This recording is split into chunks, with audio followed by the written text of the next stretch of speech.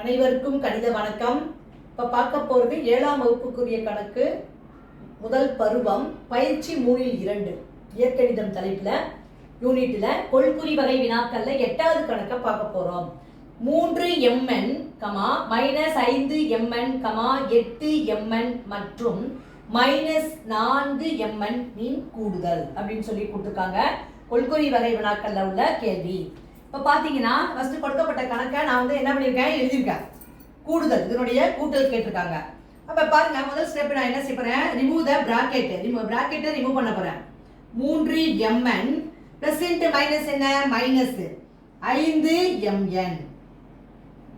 அடுத்து plus into plus தான், அதுவும் பிளஸ் தான். அப்போ பிளஸ் 8mn. அடுத்து பிளஸ் இன்ட்டு மைனஸ் என்ன, மைனஸ் 4mn. பிராக்கெட்டை ரிமூவ் பண்ணிட்டு குறியீடை பெருக்கி போட்டிருக்கேன். அடுத்த ஸ்டெப் இப்போ என்ன பண்றேன், இப்போ பிளஸ் எத்தனை இருக்குன்னு பாருங்க. 3mn இங்க இருக்கு, இங்க 8 இருக்கு. அப்ப இந்த 3mn பிளஸ் 8mn பக்கத்துல பிளஸ் மிகை முழுவ ஃபர்ஸ்ட் பக்கத்துல எழுதிக்கிறேன். அடுத்து மைனஸ் 5mn மைனஸ் 4mn. இப்ப இது மாதிரி எழுதிட்டோம்னா ஈஸியா கூட்டி நம்ம ஆன்சரை கண்டுபிடிச்சிடலாம்.